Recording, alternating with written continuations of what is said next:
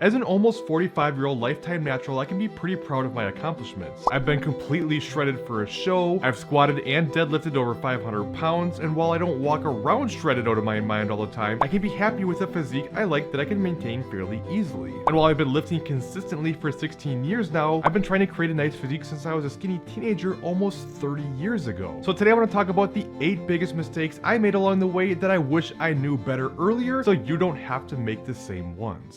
So very quick before I get into the first mistake, the big thing I want you to take home from this is don't be afraid of making mistakes. I have made so many mistakes, your head would spin, but it's through learning from those mistakes that I ended up growing, getting better, and got me where I am today, doing this for a living and helping you reach your goals. So the number one mistake I made was I was super inconsistent. I started and stopped all the time, and I would get into the gym in the winter, and I would start to make some progress, then I would stop when the spring and summer would come around. I was a baseball player at the time, and I always told myself, oh, I don't want to be sore for baseball, so I would stop lifting. I would lose all my progress, and I would start over again in the following winter and never ever get anywhere. And the ironic part about that is I was just a skinny leadoff hitter. I got on base, stole a bunch of bases, had no power. When I finally got serious and decided I was going to keep lifting all year long no matter what, the first at bat of that season, I was sore from chest day, and I hit my first home run of my entire life, which actually the ball is right there. And mind you, I was 29 years old at the time. I played baseball since I was 9, only missing a couple years in between. After I started lifting consistently, I got so much bigger. You can see it in photos when I was a baseball player. Those next few years before I finally retired, I had the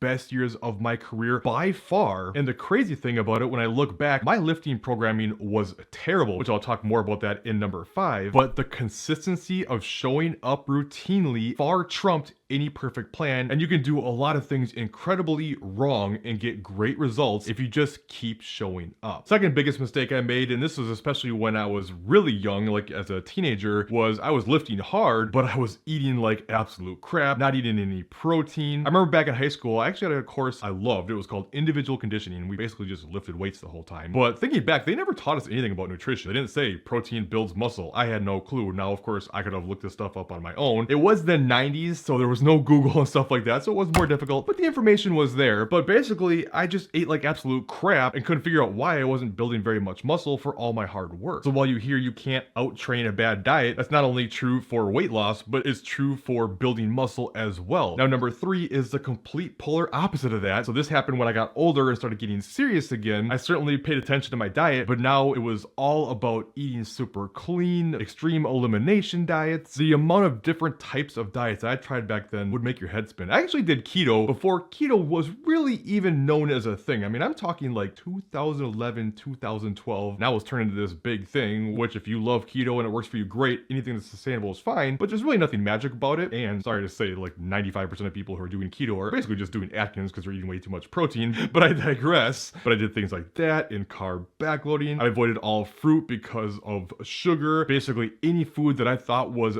bad at the time, I completely eliminated. I tried to avoid chemicals as much as possible. I even got whey protein that was unflavored because I didn't want to have unnatural sweeteners or anything like that. Boy, I'm telling you, there is no worse tasting product than unflavored by itself whey protein, but I gagged it down because gains. And I'm telling you, all these thought processes I had, that's what led me to eventually gain 30 plus pounds and just completely let loose, which I can be thankful at least I continued to lift through that time. And I guess you could almost look at it more like a dirty bulk, but dirty bulking brings me right into number 4. Not only dirty bulking, but I'm going to combine that with cutting too frequently. So I'm not saying cutting and bulking is bad, but these extreme bulks where you're gaining massive weight in a short period of time, thinking you're building a bunch of muscle, and then coming back and trying to cut down hard from that, it just doesn't work well. Trust me, I did it. It is not a good situation. A small surplus is helpful, but you don't really speed up muscle building by eating in a huge surplus. You're just accumulating much more body fat that you have to take off down the road. And I'm telling you, give yourself time to build muscle. It is not a fast process. Give yourself a year, 2 years. You don't need to gain more than maybe a pound or 2 a month to optimally build, but make your surplus small and stop dieting all the time if you want to optimize your physique. Now, the 5th thing is optimizing my training. I didn't know what I was doing, but in the first year or so of your lifting career, you can do almost anything you want and see good progress. But my mistake when I started out was I started doing way too much. I mean, I basically lifted every day. If I was lucky, it was was 6 days a week. And that worked for a while until I got completely run to the ground. And then I heard about, oh, only do one muscle group per week so you can avoid overtraining. So I thought, oh, that makes sense. That's why I'm so tired. I went for like another year, basically made no progress, felt like I wasn't building any muscle. Well, what I've learned, what the research shows, is you're much better off hitting everything twice per week to maximize the muscle protein synthesis response. For most people, an optimal training split is to train 4 to 5 days per week, hitting everything twice per week. And I'm telling you, I probably made more progress in the first year or two of finally optimizing my training than I did in the first year or two, even having the newbie gains, because it makes such a big difference when your programming is on point. The sixth mistake I made was I just thought anyone who was in great shape, they know everything and I just need to emulate what they do. Oh boy, is that not the truth. I was actually pretty naive for a long time. I didn't realize how many people really do take different types of performance enhancing drugs. I mean, I used to think it was just this rare thing, some bodybuilders. Man, it's like, I swear, it's like half your gym, pretty much all the trainers that are at your gym are probably on it, and it's just everywhere. And I'm telling you, if you're on something, you can do almost anything and just get ridiculous results. I mean, there was actually a study that showed people who took steroids and did not lift at all gained more muscle than people who lifted naturally. Literally didn't even lift and gained more muscle. So, I mean, it makes a difference. I'm not recommending it. It's your body. You can do what you want with it. For me, it's not worth the potential side effects and everything. But not only do performance enhancing drugs matter, genetics matter. Some people just have genetics to get great results. There's nothing you can do about that. Don't worry if you have good genetics or not. You can still do better for yourself, but just doing what somebody else does isn't going to give you their results. I remember there was this guy I used to work with. He was just jacked out of his mind. And I remember he told me, I take Herbalife supplements. And he's like, this is why I get such great results, because I take these. And I'm like, oh, well, I guess that's why I'm not getting as good of results as him. Oh my God, like, just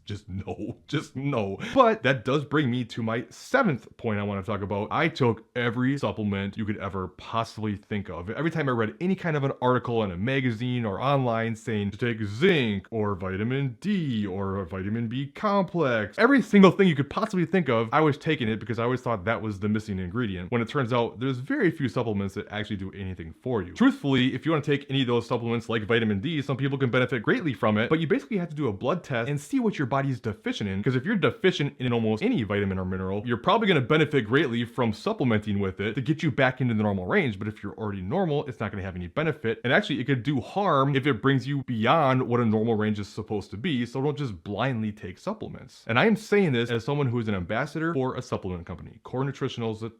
I wasn't even sure. Yes, I'm wearing a shirt for them. Core Nutritionals. I recommend a lot of their products. They're science-based. I love them, but they're not magic. It's the bottom 5% of what matters. The few that I do absolutely recommend: creatine monohydrate, the most tried and true research-backed supplement there is, especially if you're mostly plant-based. I do recommend a good fish oil, getting at least 1 gram combined of EPA and DHA just for the health benefits. I recommend whey protein, at least if you struggle to get enough protein in. It's not magic. You don't have to take it, but it's an option to help get more protein in. And my personal favorite is Core Nutritionals Hard, especially in a cutting phase, keeping those cortisol levels down. But again, talking about the bottom of what matters here, not that important. The eighth mistake I made, I got so caught up in the meal timing side of things. Oh, you want to burn fat? Well, you got to eat every 2 hours to fuel the metabolic fire and keep your metabolism going like crazy. As soon as the last set of your workout's done, you got to pound that protein shake. I literally got so freaked out about this back in the day. If I would forget to bring my protein shake to the gym, I would think I completely wasted my workout, and I would go to the expensive gym at Lifetime Fitness back in Minnesota, and I would buy their $7 protein shake or whatever it was. It does not work that way, I promise you. I'm not saying it's bad to get a protein source in post-workout. It's probably a good idea, but it's not this thing where it has to be fast acting. It doesn't have to be right away. There was actually a research paper that was done that basically talked about how the anabolic window is overblown. It's more like an anabolic